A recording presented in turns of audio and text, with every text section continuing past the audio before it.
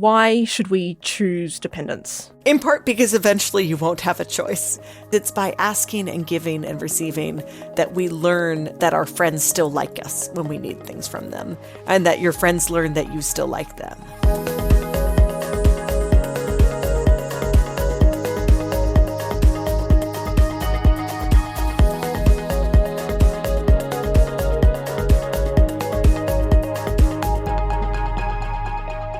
This is Life and Faith, a podcast where we put aside talk of culture war or all the stuff we seem to disagree about and talk about the human longings and experiences we all share that make up the mystery of life and faith.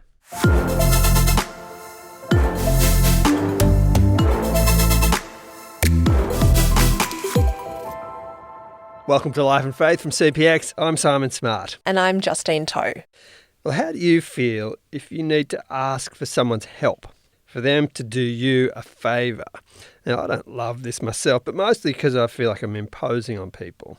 And I'm guessing that we don't like feeling dependent on other people. What about you, Justine? I really hate it. Yeah? I don't want to ask for help at any point. Why not? Well, I'm proud like anyone else, and I don't want to feel obliged to anyone. But I also feel that to sort of need other people in our world, in our culture, is kind of seen as being a bit shameful. Yeah. I mean, maybe it's okay if you're a kid and you need help. That's fine. We're used to that. But if you're an adult, if you're self-sufficient, all that sort of stuff, to need someone feels really taboo. Yeah, which is strange, isn't it? Because I feel as though we generally and genuinely want to help people without them feeling obliged to us. And we hope for communities where if you needed to have your bins put out or in an emergency someone needed to look after your dog overnight, that this would be something we would do for each other without needing to pay them back for it. Although, Justine, I think looking after my dog might be a bridge too far in this situation. Yet, I guess it's a different thing, though, to offer help than to ask for it. So the more powerful position is to be the one that can dole out the help and not be the one asking for it. Yeah, that might be something of a takeaway challenge from today's conversation, as in, what would it mean for you to ask for someone's help and actually feel your dependence on them without needing to pay them back? I actually did this myself after talking to Leah Libresco Sargeant. I asked a friend who's very handy with a drill to come round and help. Well, I say help, but she actually did it. She mounted the clothes dryer for me, which had stood in its apparently temporary place for 2 years, Simon. That's how much I hate asking for help. Yeah. And I hated it, obviously, but at the same time, every time I look at it, I feel grateful for her. This is feeling disturbingly familiar to me, Justine. But look, who are we speaking with today? Okay, so it's Leah Libresco Sargeant. She's an author, a thinker, a speaker. She's a fabulous debater as well. And her latest book is called The Dignity of Dependence, a Feminist Manifesto. And she writes the Substack newsletter, Other Feminisms. And what I really love about her work is that she faces head-on a big blind spot that she gets into straight away, that you cannot build a just society if you have a false idea of the human person.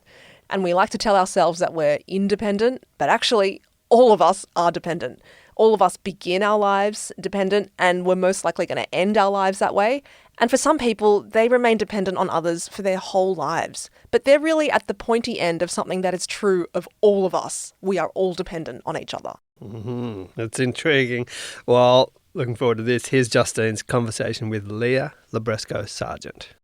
I was really struck by the opening foreword of your book. You dedicate it to Beatrice Talia, I hope I've got that pronunciation correct, and also Malachi. And you write, "These children demand I grow into someone generous for their sake and to whom I will one day entrust myself." And I thought it was a really beautiful summary of the book, not least because that kind of relationship of care, generosity and trust goes far beyond parent-child relationships. It seems to me you're talking about human relationships and the human condition in general. That's right. I think a core argument of the book is that you can't build a just society if you start with a false idea of the human person. And one of those false ideas, I think all of us, even I, are a little attached to it sometimes, is that we're our most ourselves, most human when we're most independent of others. Yeah, I really do feel that dependence has become the last dirty word. Like, no one wants to be dependent on other people. We live in a world that values autonomy and independence above all else. Well, it's funny that, that's one of the words in the book title I got pushback on. I got pushback on almost every word in my book title, which is The Dignity of Dependence, a Feminist Manifesto. And I would have people say, couldn't it be the dignity of interdependence? Can't it be about how we give and receive from each other? Because dependence, is just when you're taking from someone else. And I'm like, well, that's what I'm defending, that there are periods of our lives where we receive from others in a way we can't pay back, and that's a normal period of a human life. You don't exactly use this language, but I wondered what you think about the idea that maybe autonomy and independence are kind of the product of a world that's made in men's image. Well, I think it's important to remember that this is a false idea of the human person for men too, but the way I frame it is, how long is it before you get caught? If no person can pretend to be autonomous forever, how long can you pretend, and what gets you caught? And for women, I think there's a awareness that comes earlier on average that you won't be able to keep up this image forever, especially if you choose to have children. And for men, eventually they will find out that they neither started their lives in an autonomous fashion, nor is much of the middle and certainly the end likely to be autonomous, but they might fit the image better for a period of time. And you start the whole book saying that the world is the wrong shape for women. I wonder if you can fill in that picture for us. Why do you say that? Absolutely. When we have a false idea of the human person, that won't describe anyone well, but women are more likely to be left out quickly. So I draw a lot on the work of Caroline Criado Perez, who really catalogs a lot of the ways in which the built environment is not hospitable to women. She talks about women who are surgeons learning to use their surgical tools in non-standard ways because they're proportioned for men's larger hands. So the women can't hold them in the way they were designed to be held and have to figure out how to adjust their grip in a way the designer never intended. That's happily not something I run into myself, but you kind of see this repeated again and again, where women, being differently sized, differently proportioned on average, wind up not well accommodated by the design of the world. For me, and for I think almost every woman listening to this podcast, one way you've probably experienced this is that medicine tends to be tested primarily on men for a long period of time. It's catching up a little, including women on clinical trials. And this means that many dosages are calculated for men, who are larger on average, and women tend to see higher rates of side effects at the standard dose of various medicines, because it's as though you're taking a higher dose than is prescribed for the men. Yeah, that's outrageous, really. And especially if you add to that the phenomenon of medical misogyny, where women can sometimes just have their symptoms minimized or explained away. It also happens to explain why I am very cold in offices, I believe. Yes. Aircon is not calibrated to suit me. The sex discrimination that you are describing there, I can imagine it can make women feel very angry. I mean, I feel quite angry when I hear about that. How to not get stuck in that anger, though? Because in this book, you're arguing for the dignity of dependence. You want to embrace men as well as women, how to sort of build a shared life between men and women rather than just getting angry about the ways that the world cheats women. Well, part of what I want to do, I'm okay if readers hold on to a little of that anger, but I don't want them just to say, well, this is us against men. This is a zero-sum game. This is what comes out of taking a narrow range of the human experience and treating it as normal and not having very much flexibility in who you accommodate. And there's some very obvious ways that lets women down, but there are other ways it hurts men as well. And so the goal really is to say, okay, well, let's start by asking real questions about what it means to be a human person, what it means to treat someone justly, what our needs are, and then work out from there so that we wind up treating both men and women fairly. And the thing I really want to emphasize, and part of why I work through all these examples, is treating men and women fairly doesn't always mean treating them exactly the same. The second big mistake about the human person that my book is about is the idea that men and women are equal because they are essentially interchangeable. There's lots of ways that breaks down, many in ways that we think don't really say anything morally about women. If my husband and I should have different doses of medicine, that doesn't imply anything about which of us, if either, should vote. But I think often people get nervous when you start to openly acknowledge some of these physical differences or asymmetries, because it feels like if you lose that appeal to interchangeability, well, you're going to have to reach for something a little deeper, more philosophical to explain why you think men and women are equal in dignity. But if you can just stick with, well, they're basically the same, then you're on safer ground. But I think when you stay there, you wind up shortchanging men and women in the ways that we are asymmetric. And of course, the ability to bear a child is the most obvious asymmetry that puts a big difference between men and women that we can't just paper over. I do want to get into so much there of what you've just mentioned, but I wondered if it would help at this point to hear an example from you about the ways that men get caught. You've mentioned that maybe at the end of their life, they're going to experience a kind of frailty that they may not have had to navigate beforehand. What are some other ways where men's dependence or men's vulnerability really makes itself known? So I think for athletic guys, they have more periods of this because they overextend themselves or take big chances in a game and wind up injured indefinitely. And that those periods of injury and illness, especially if most of the time you're known for your strength, really can cut at the core of your identity if you think of yourself as someone who's independent, autonomous, and always will be. And even if you're going to get better from your serious ankle sprain in 6 weeks, that sense of who I was taken from me for a bit versus, okay, this is who I am. I'm someone whose body will sometimes work and sometimes not. And even though I don't want to sprain my ankle, the other thing I have in the midst of all this is an invitation to think about how can I live well in periods where I can't make my body splendid or a gift to others, because this time is going to come back to me and I don't know when.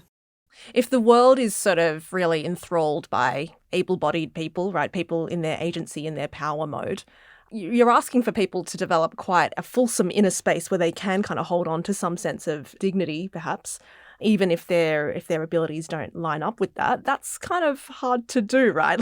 You need some strength, some inner strength to be able to do that. What sort of resources do you find exist for people to do that? Well, this is something I like about being a mom, because first of all, I get to see the example all the time of my children as people who are not autonomous and yet are lovable. And remember that this is not a stage we fully grow out of. Being around my children, being around other people's children, and seeing the ways we accommodate their weakness and love them is a reminder we have the choice to do that for each other. We just have to choose to do it.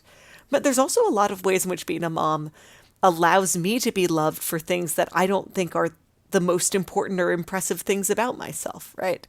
My babies, when they're nursing, never care if I've had meetings on the Hill with congressmen or senators in my day job. They don't care if I've written a book. They're pre-literate.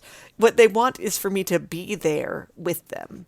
And it is a reminder that just the goodness of being is deeply relevant for children. And it's relevant for all of us, but they're kind of our reminder that someone might be happy simply because we are and not because of what we do. I feel like that's something that we all deeply want to hear, but we don't quite believe it somehow. Earlier, you mentioned that sometimes it feels threatening to draw attention to women's embodied difference to men, that somehow this will affect the case for equality. There is something to that, though, right? If when women first entered the workforce, they said, well, this workforce does not accommodate me in my difference, then they would say, well, you can go back to the house then, right? There are some tricky things to navigate in this area. You need kind of a quorum or a certain amount of people at the table to be able to push for these changes in the first place. But I think it is really important, even if you're personally in a place where you're not sure you can ask to be treated justly yet, to keep it alive, at least in your own mind, that what I'm experiencing doesn't actually work for me, isn't fair. And when it doesn't feel like it's working, that's not a problem in me in these cases. And I think this is really obvious, especially in America, where I am, in the way we handle childbirth. America has no paid family leave as a baseline for anyone. We have a certain amount of unpaid leave that's available to half of American workers, and anything else is worked out between you and your boss. And obviously that's very hard on parents of both sexes, but particularly on women. And it would be kind of a double injury to observe that, even if you don't have the political power to change it, and think, oh yeah, this is hard for me, and I'm struggling with it, and that's kind of a problem about me. And it's, no, this is an inhuman expectation, and it's not working for you because you're a human being. And I think holding on to that sense of just anger because you understand we're not telling the truth is helpful. There's a phrase in your book somewhere, you have a permission slip to be human or something like that. And it was funny. I read that and I was like, oh, sigh with relief, because I think we all want that. So you mentioned the lack of paid family leave in America. I do notice that Mamdani, who's the current flavour of the month over there, has talked about universal childcare, and often progressive political parties will talk about universal childcare as a way to sort of indicate that they're on women's side. I'm curious to hear your take on the issue, because I believe that you're quite nuanced about this. So I think there is a real appetite for it, but I don't think it's an ideal solution to this problem, in part because it leaves a lot of families out. That for families who aren't prioritizing childcare, you're creating kind of a big disparity between the people you're really subsidizing and the folks who are home with their kids, who are now $30,000 behind in the relative amount of support you're providing. So broadly speaking, I'm always more in favor of more cash aid to families so that families can decide, what do we want to put this money towards? Are we as a family putting it towards childcare? Are we putting it towards one of us taking a step down to part-time or all the way back from work? Are we taking it towards remodeling the basement so your mother can move in with us? Really accommodating that full spectrum, especially because a really large chunk of moms want to have part-time work for a while after their baby is born. And I think the big challenge is making that financially feasible and also making it logistically feasible. How do we support more employers in having part-time workers or people who will rotate in and out in a way that works on their end too? I've got 2 kids, 9 and 11, and I don't want to go back full time. I really do feel like 4 days is a full enough load. You mentioned earlier how you got pushback on all the words in your title of Yes. the book, The Dignity of Dependence. I want to talk about this word dignity, because these days it's often associated with euthanasia, right? Dying with dignity. I'd like to hear you talk about, what does the word dignity mean in that sense and how you are reframing it? Well, it's funny because that's not the reason I got pushback. It was my agent saying I should take the word dignity out because it sounded too Catholic. And I said, well, lots of people use the word dignity. I am Catholic, but I don't think they'll catch on right from the title. He's like, no, the jig is up. People know it's a Catholic word now, which I thought was wild. But, I think this does kind of speak to some of the different divides of how we frame the claims we make about human beings. Is it framed as a right you have about it's a matter of law? Or is it framed, for me, the reason I'm very attached to the word dignity is it's about, who are you? What does it mean to be a human person? What are you due in justice? Not because of a political rights claim, but because of this philosophical question of what is befitting your dignity? What is reasonable to ask of you? What is unreasonable? What is reasonable for you to choose for yourself? What is unreasonable? How could you wound your own dignity by treating yourself as less than a full human being? And so, unsurprisingly, I do wind up on the opposite side of lots of the death with dignity debates. And in part, it's because, I don't think it's a definition of dignity, again, that can stand up to what a human person is over the full sweep of their life. Especially because so much of the campaign for euthanasia hinges not just on the pain of dying, but on the worry that you will ask too much of your loved ones while you're dying. In America, and some of the states that have legalized euthanasia, they do surveys of people seeking it, and more people cite the fear of burdening their loved ones than cite the pain of dying as their reason for requesting lethal drugs. And I think whatever you think about that at the end of life, if your understanding of what it means to be a person is that you are not dignified, you are not a full human being, when you need too much of others, when your needs could disrupt their plans, well, then we're simply not full human beings for large swaths of our life. Not while we're babies, in the womb or out, not when we're very ill, not when we're injured, not when we're disabled our whole lives, and then, yes, not while we're dying. But I think it just is not a frame of human dignity that leaves very many humans standing. Now, you've just mentioned that dignity is a code word, apparently, for Catholic. This is my agent's claim, not mine. Religious language can often be an awkward fit in the public conversation, which presumes objectivity, neutrality. Why do you think that religious language still has a place there, right? Maybe not a privileged place, but it should kind of feature, even if people listening in or people who participate don't sign up to its convictions? Well, I think the simplest reason is because it's part of being honest in a pluralistic public square. That if we're having a conversation and I am speaking partly out of my religious convictions, I want to nod to that. I don't want to just try and translate everything I think into a way that will cloak my religious sensibilities entirely, both so that you know who you're talking to and where I'm coming from, and because I'm genuinely trying to invite you into them, whether or not it takes hold in this conversation. But I think broadly in the public sphere, we often have a thinness of our language once we get to philosophical questions, which include religion, but also any form of ethical claim, whether you're secular or not. And then we often kind of have this retreat to that question of, well, do I have a right to this or not? Is this a legal claim I can make or not?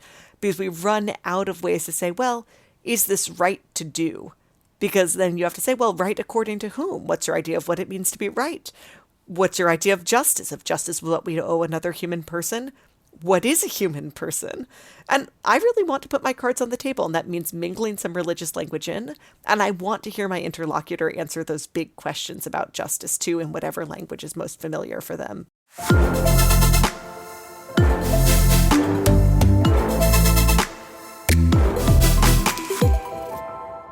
You're listening to Life and Faith, and we're hearing Justine's interview with Leah Libresco Sargeant, author of The Dignity of Dependence, a Feminist Manifesto. Now, Justine, at this point in the conversation, you start to ask Leah about her Substack newsletter, Other Feminisms. Yeah, and I think it's such a great title. The tagline explains that she means to value interdependence over autonomy. I guess that this is quite a controversial question as well as to which feminism are we talking about. But I suppose what Leah is trying to do is point out the blind spots of often liberal mainstream feminism, which does tend to assume that for all intents and purposes, men and women are basically interchangeable. And so she's wanting, though, to sort of reckon with, is that really true? And how do we make sense of that? How does care kind of disrupt that a little bit? And so she's working with these sorts of questions in this Substack newsletter. So I asked Leah, did she start off as one kind of feminist that assumes this interchangeability of the sexes? And has she become a different kind of feminist now that is saying, let's just lean into this question of care a little bit more, and what are we going to find? I think I've just started as a feminist, and I wouldn't have had as many understandings of all the divisions. But, I was raised by a mom who was a pretty solid second wave feminist. So that did a lot of informing where I was. And, a lot of that was this sense of when people close the door to women, they're probably wrong. But I can stand up for myself. I can do it better, even with constraints if I have to. And I'm going to bulldoze my way through.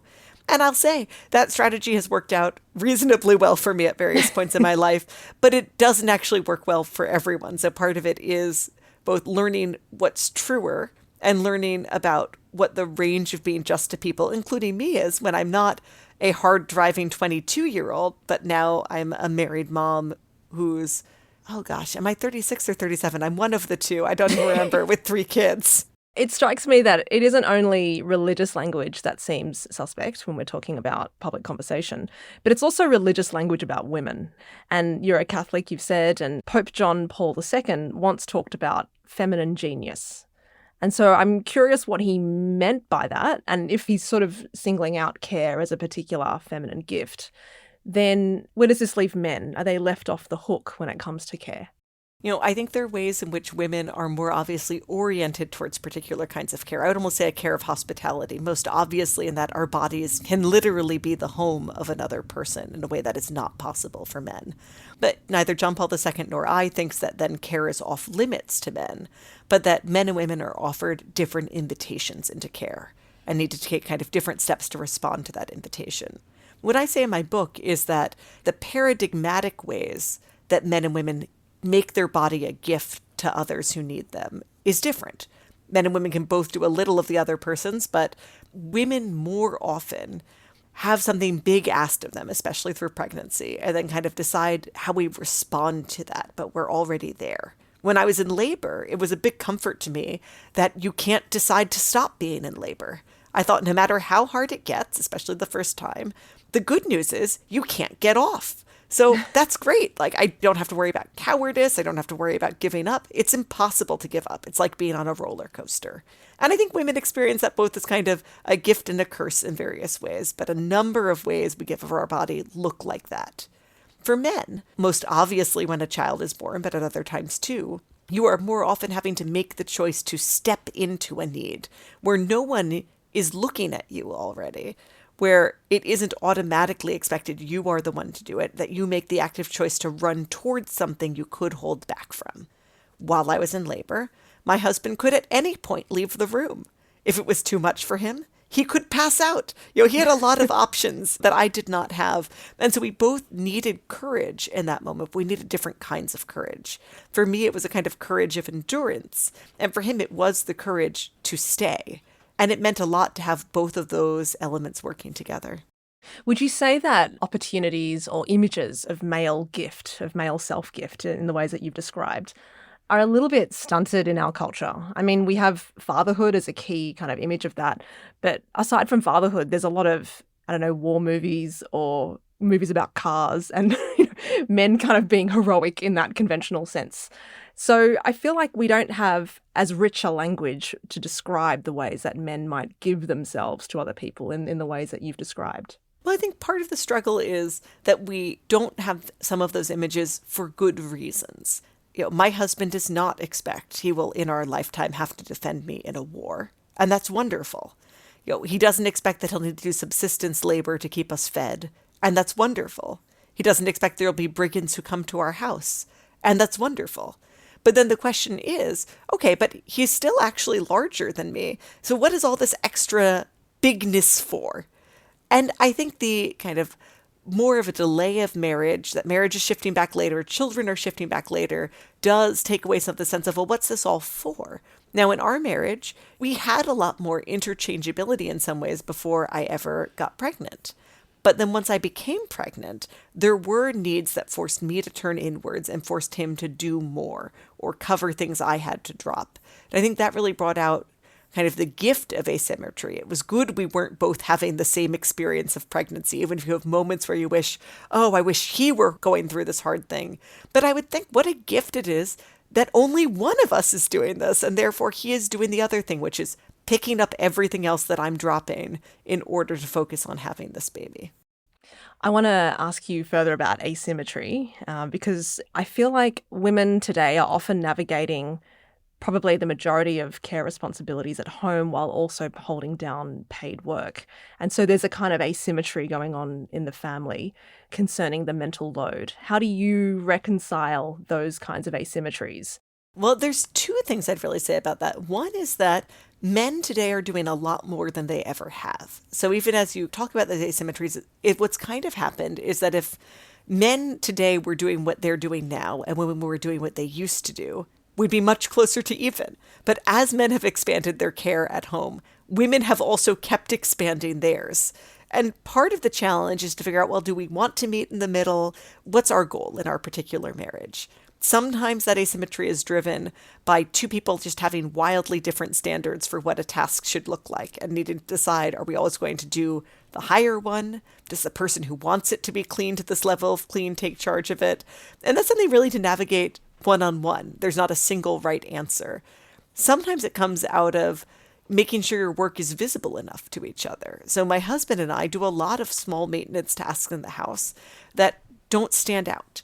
And so sometimes we'll do things like take a picture of the living room while there are no toys in the floor and save it to show the other person after bedtime when there are toys all over the floor again because the kids have been playing and go like, I made this clean briefly.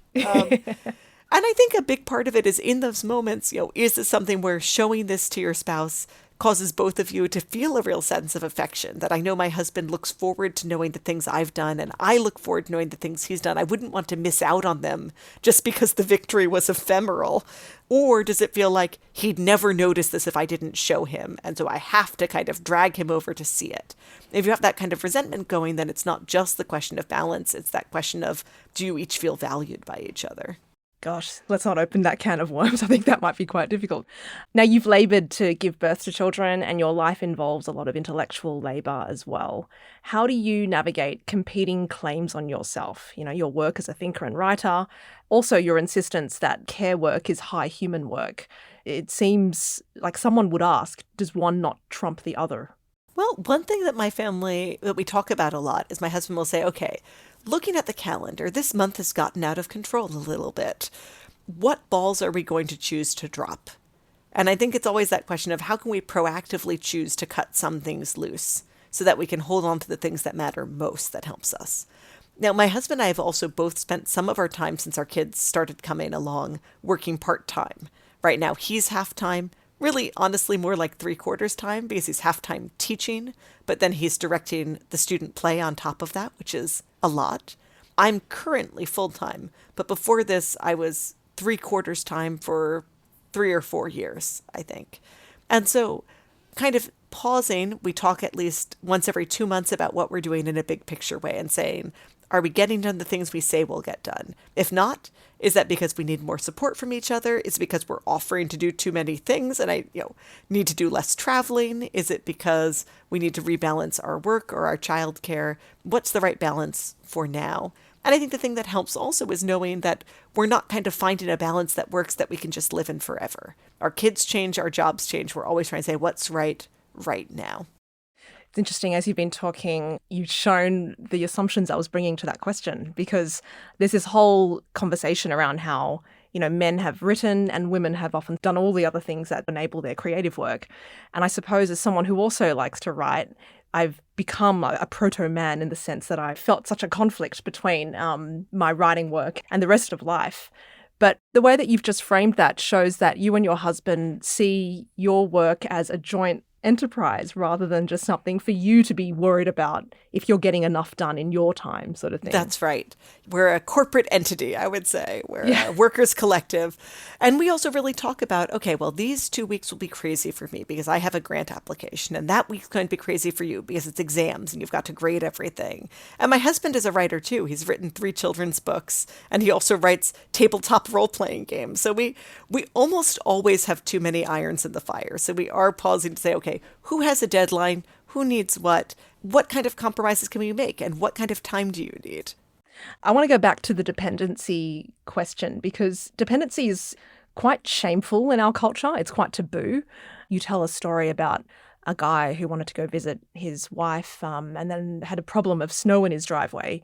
I wonder if you could tell us that story and what you take from that. What kind of society, what kind of community, who do we need to be in order to be people who can tolerate being dependent on each other?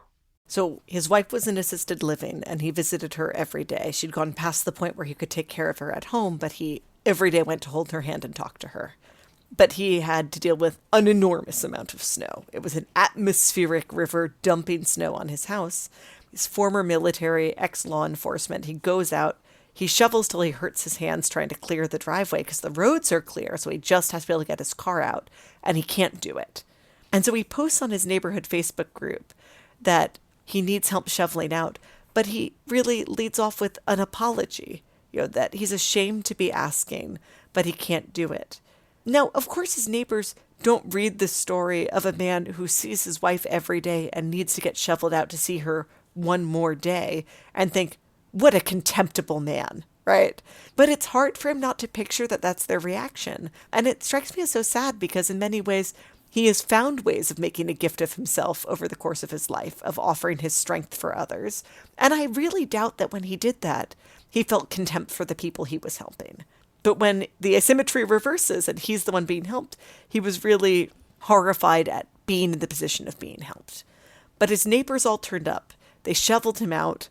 It took them a while, even working together. And then even when they tried, they didn't quite make the tunnel essentially wide enough. So they had to widen it for his car. And he gets to his wife. And I think this really speaks to why we all need to be comfortable with being dependent.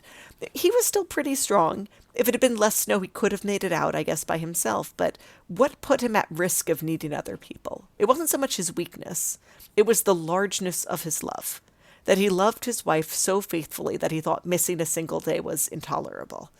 And if he had been content to say, well, I can't shovel out, that's it. I can only do as much as my own strength can sustain, he just would have stayed home. But because he loved her so much, he loved her in a way that his strength couldn't sustain. And thus he became dependent on others because of the largeness of his love. You write in the book that need should create concentric circles of care, and that story really speaks beautifully to that. It strikes me that in our time we have a lot of loneliness. We have the breakdown of community, which is partly why it's so awful to ask for help from your neighbours. We've got global fertility waning, and people are, I guess, developing relationships with AI companions, right? And the market is always trying to replace those little moments of need that we might have done for each other. It seems risky to lean into interdependence when this is the sort of scenario that we're facing. Why should we choose dependence? In part because eventually you won't have a choice. One reason to lean into building up these networks of care and giving and receiving now, when you could choose otherwise, when you could outsource it all to paid help or to muddling through on your own, is it's by asking and giving and receiving that we learn that our friends still like us when we need things from them, and that your friends learn that you still like them. I think that makes it easier to rely on them in bigger moments when you genuinely have no choice but to be dependent. You've got to practice on the little things first. Yeah, in the book you talk about how you consciously sometimes put yourself in that weaker position by asking, and that in some ways that's a permission for them to ask you back, right? Absolutely. Especially since I travel a bit with my book, my husband will often let friends know when I'm gone for 2 days. Well, Leah's gone for 2 days. We'll do dinner on our own one day, but how would you feel about inviting us over? And you laugh, right? Because it's not a quite normal thing to do, except our friends do like seeing us, and they like seeing us even more often when it's like, wow, I have rescued him from 2 days of dinner with only preschoolers. And we all have a nice time. And we've done this for friends too. We hear that a friend of ours was making repeated trips to his dad in hospice. And we're like, well, give us the dates when your husband is traveling. Come over to our house at least once per trip. Because it's always easier as a grown-up to have at least one other grown-up in play, even if that adds more kids in the mix too. But I think it was easier to set that up as an ongoing thing because we'd invited ourselves over to their house before. So of course they felt fine imposing on us. We clearly felt fine imposing on them.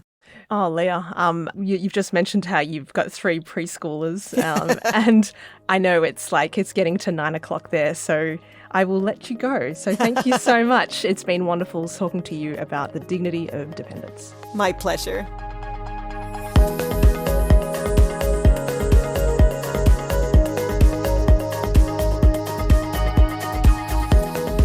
This has been Life and Faith with me, Simon Smart, and Justine Toe. Thank you so much to Leah Libresco Sargeant for arranging time to talk with me. Did you hear at the end? She's got 3 preschoolers under 5 years old, and here she is.